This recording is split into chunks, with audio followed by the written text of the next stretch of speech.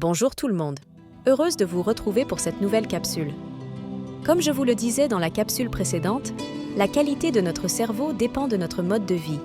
Et laisser le cerveau de nos ados passifs devant la boîte à images pendant des heures chaque jour l'empêche de se développer, voire pire, l'atrophie. Voyons ensemble en quoi pourrait-il régresser.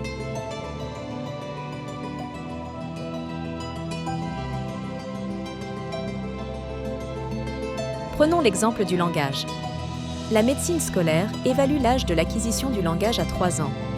En France, 4 à 6 % des enfants présentent des troubles primaires du langage, non liés à une pathologie. Et ces chiffres sont en constante progression. Des études, dont une de l'Université de Rennes en 2021, ont démontré la nocivité de la télévision sur leur santé, en particulier sur le développement du langage. Elles ont mis en évidence 2 principaux facteurs de risque. Le premier est celui de l'exposition à la télévision le matin avant l'école. Cela épuise l'attention de l'enfant et le rend moins apte aux apprentissages pour le reste de la journée. Et le second facteur de risque est de ne pas discuter avec les enfants du contenu regardé. Ne pas en parler augmente non seulement le risque d'être exposé à un contenu inapproprié pour leur âge, mais encore plus subtil, même pour un contenu désigné comme adapté à son âge, il peut ne pas être adapté à la personnalité de l'enfant. Mais d'autres risques sont à mettre en avant, comme le fait que la boîte noire ne prononce que 10 000 mots contre 13 500 pour les parents, ceux qui représentent 25 % de mots en moins en restant devant la télé.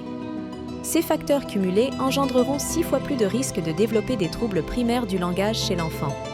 Des difficultés dans la compréhension et l'expression d'un message verbal provoquées par un développement neuronal altéré.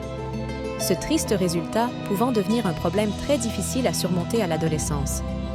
Mais qu'en est-il de cet adolescent? Quelle est la conséquence de ces troubles lorsque la puberté commence? Le cerveau de l'enfant a créé des multitudes de synapses. Il a façonné la base de sa matière grise. L'impact de la télévision aura considérablement réduit le nombre de synapses créées et la suite du développement cérébral de l'adolescent s'en trouvera très affectée. Car le cerveau d'un adolescent entre dans une nouvelle phase de construction. Les neuroscientifiques parlent de remodelage dans les zones frontales du cortex. Il doit devenir plus efficace et aussi plus spécialisé. Pour ce faire, il se débarrasse des synapses inutilisées ou cassées. Ce processus s'appelle l'élagage.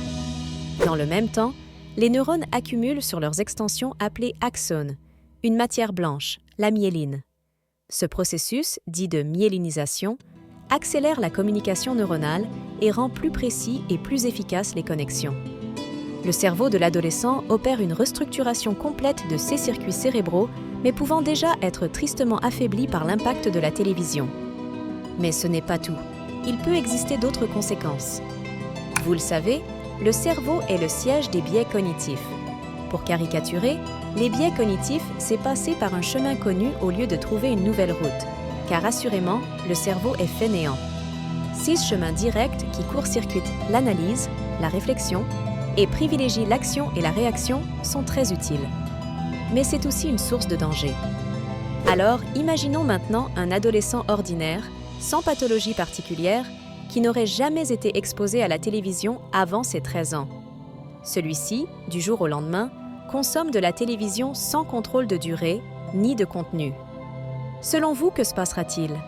Que fera son cerveau fainéant en pleine mutation, s'employant à optimiser ses connexions et le nombre d'informations? Pourrait-il y avoir un impact sur son langage? Un appauvrissement de son vocabulaire, par exemple, une régression du champ lexical. Cela ne mérite-t-il pas d'y réfléchir? Je vous dis à très vite pour une nouvelle capsule. Ciao!